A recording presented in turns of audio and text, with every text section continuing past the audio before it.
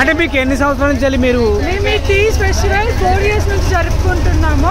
మా తాతల కాలం నుండి కాకుండా మా జనరేషన్ మా రాబోయే జనరేషన్ ఈ ఫెస్టివల్ గురించి తెలవాలని మేము చాలా ఘనంగా జరుపుకుంటాము.